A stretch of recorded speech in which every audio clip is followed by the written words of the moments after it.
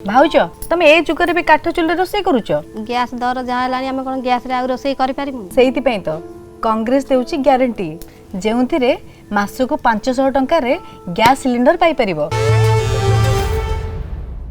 आमर गत काली संध्यारे सालेपुर एवं निश्चिंत कोहली अबकारी टीम तथा इलेक्शन फ्लाइंग स्क्वाड गोटे निर्दिष्ट खबर पाइले जे एरकणा बाजार रे गोटे घरे विपुल परिमाण मद गच्छित अच्छी से ही सूचना को भित्ति करिकी अबकारी विभाग सालेपुर निश्चिंत कोहली तथा इलेक्शन फ्लाइंग स्क्वाड मूव करथिले सालेपुर बाजार को एरकणा बाजार को और से गोटे घर जो शॉपिंग कॉम्प्लेक्स अच्छे एरकणा बाजार शॉपिंग कॉम्प्लेक्स घर 104 पेटी बियर सीज करिसेंती।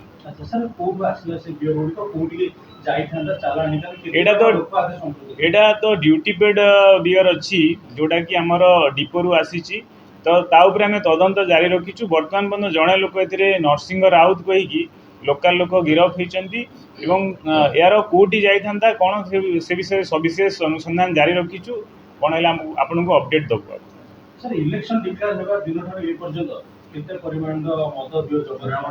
आमर इलेक्शन 16/3/2024 डिक्लेयर हेबा पर्यंत टू ए पर्यंत आज पर्यंत आम कटक जिले में 466 अबकारी केस बुक करिकी 478 लोक गिरफ करचु।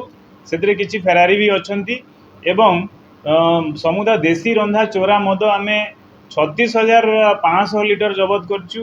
सेमिति पोच 77,200 लिटर जबत करिचु। जोड़ा आस्का 40 कंट्री लिकर सेटा 1,500 लिटर जबत करिचु। IMFL आम 120 लिटर जबत करिचु। बियर 425 लिटर आम जबत करिचु।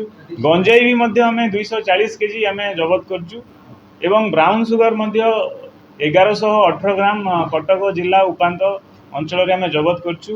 से आम 2 चकिया जान पाखापाखि 30 टी एवं 4 चकिया जान आम 5 टी जबत करिचु एवं ये सब जिनसर आनुमानिक मूल्य 3 कोटी उपर हम। अच्छा सर केतेटी स्क्वाड वर्तमान समय कार्य करूछन्ती एवं वर्तमान इलेक्शन पर्यंत केमती कोन चढ़ाव जाय आमर जो जिले रे जो फ्लाइंग स्क्वाड गुड़ा गठित होती तथा स्टैटिक सर्वेलेंस टीम तांको सहित आम अबकारी सबू थाना जो अच्छी 9 गोटी थाना से सबू तांको सहित टच रे अछंती एवं से मानक सहित जो मजिस्ट्रेट एवं पुलिस एवं विभिन्न इलेक्शन ऑफिशियल संपृक्त अच्छी सहित आम जॉइंटली आम विभिन्न जगह पेट्रोलिंग करुँ और जिते भी जो खबर आसूँ त्वरित भाव में कार्यानुष्ठान नहीं। धन्यवाद। जड़े अटक होती।